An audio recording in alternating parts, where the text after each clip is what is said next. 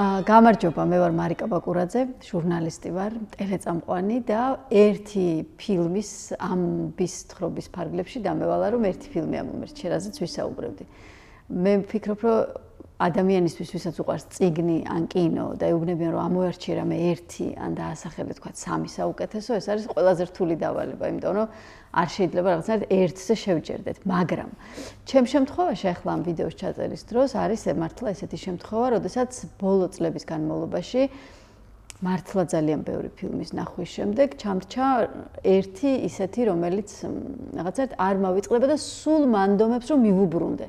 და ეს არის ძალიან მნიშვნელოვანი მარცვალი, იმიტომ რომ ძალიან ხშირად არის ჩივილი იმ თემაზე, რომ ვეღარ იღებენ ისეთ ფილმებს, რომელსაც მეორედ და მესამედ ჩავრთავთ. აქ არ იგულისხმება მხოლოდ რაღაც ესეთი ღრმა და სერიოზული კინო, აქ იგულისხმება თუნდაც ჰოლივუდური გასართობი ფილმები მაგალითად, ხო?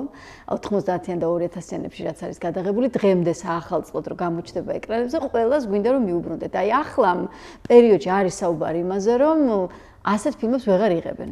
მეც უერთდები ამ საერთო ჩივილს და საერთო უკმაყოფილებას, მაგრამ დღეს რაზეც ვისაუბრებთ, აი ეს ფილმი ვფიქრობ, რომ არის განსაკუთრებული. და რატომ? ახლა გეტყვით. თუ საერთოდ რისთვის უყურებთ კინოს? რა არის კინო? ეს არის გართობა თუ ეს არის რაღაცნაირად საკუთარი თავის სხვანაირი შეგრძნება ან სხვანაირი დაფიქრება? უამრავ რეჟისორს აქვს თავისი გამონათქვამი, რომ რატო გვჭირდება კინო, რომ ეს არის პასუხები ცხოვრების ისეთ ფრაგმენტებზე, სადაც ნამდვილ ცხოვრებაში ვერ ვიპოვეთ პასუხები და ასე შემდეგ, მაგრამ აი თუ გვინდა რომ ფილმი შევარჩიოთ საკუთარი თავის უკეთესად ყოფნისთვის, აი მე მაგალითად ამ ფილმმა დამმართა ეს ყველაფერი და ამიტომ შევარჩიე, რომ დღეს მასზე შევჩერებულიყავი. ეს არის გართობა, ეს არის ძალიან რთულად საყურებელი 3 საათიანი ფილმი, იაპონური, რომელსაც ქვია ატარე ჩემი მანქანა. ჰამაგუჩი არის მისი რეჟისორი, იაპონელი რეჟისორი. წინასწარ ვეგეთქვით, რომ უბრალოდ თუ ჩართავთ, რომ შევხედო აბა რა ფილმია, ასეთი განწყობით აუცილებლად დაგიზარებათ ამ ფილმის ნახვა, 1000 ჯერ დააპაუზებთ, 1000 ჯერ გათიშავთ, მაგრამ თუ შევცვლით დამოკიდებულებას და დავფიქრდებით იმაზე, რომ რას მოგცემს ეს ფილმი, აი ამ შემთხვევაში მე ვფიქრობ, რომ სწორ არჩევანს გააკეთებთ, თუ არ გინახავთ აქამდე ეს ფილმი და ეხლა ჩართავთ. 3 საათი რომ ვახსენ, ეს მნიშვნელოვანია. მე პირადად 3-ჯერ მაქვს ეს ფილმი ნანახი. 3-ვე შემთხვევაში გავყავი და თითო საათით ვუყურებდი თითო საღამოს. ეხლა ძალიან მოდაში ამ ბოლო პერიოდში ეს თერაპიებზე სიარული და ეს ფსიქოლოგების, კოუჩების და სხვათა შეგონებები, ხო და არაფერი არ გვჭირდება, ის 1 საათი შეგვიძლია ვთქვათ, რომ ეს არის ჩვენი თერაპია. მე ასე მივდექი ამ ფილმის ნახვას, პირველადაც, მეორედაც სხვათა შორის, მესამე ზუსტად აღარ მახსოვს, მაგრამ პირველ ორ ნახვაზე თავს ვდებ. ეს იყო დრო, როდესაც ველოდებოდი, როდის დადგებოდა საღამო, რომ ჩამერთო და ის 1 საათი რაღაცნაირად ჩემი თავისთვის დამეთმო. ეს არის ფილმი, რომელშიც 3 სხვადასხვა ხაზი ვითარდება.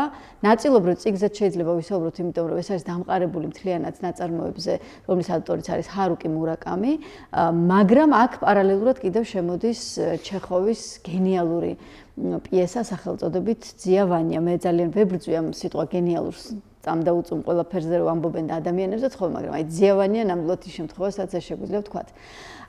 ეს არის სამყარო, რომელშიც შეიძლება ძალიან ბევრი კითხვის ნიშანი დაგრჩეთ, ისევე როგორც ჩვენ თავთან გვრჩება ხოლმე კითხვის ნიშნები, მაგრამ თუ ამ ფილმის რაღაცნაირად ამ ტემპო რიტმს, ამ იდეას და ინტერესს დაიჭერთ, დარწმუნებული ვარ, რომ ძალიან გაგიჭირდებათ, რომ მოწყდეთ ამ ფილმს. შეიძლება ისიც გაგიჭირდეთ, რომ იმ 1 საათში დავაპაუზოთ, მაგრამ ჩემი რჩევა ზუსტად ეს არის, რომ გაწელეთ, რაც შეიძლება დიდხანს, რომ დიდხანს გაგრძელდეს ამ ფილმის ნახვა და ამ განწყობაში ყოფნა, რაც ამ რეჟისორმა და არაჩვეულებრივად შესრულებულმა მთავარმა როლმა შემოგთავაზა. ეს არის ერთი კაცის ამბავი, რომელიც არის თეატრის რეჟისორი, რომელსაც ყავს მეუღლე და ერთი ხაზი არის მათი სასიყვარულო და ცოლქმრული ისტორია, სადაც ბევრ მომენტში საკუთარ თავს დაეჯახებით და იკითხავთ, რატომ ხდება ასე, მაგრამ მე მგონი ცხოვრებაში ხშირად გვაქვს ესეთი შეკითხვა.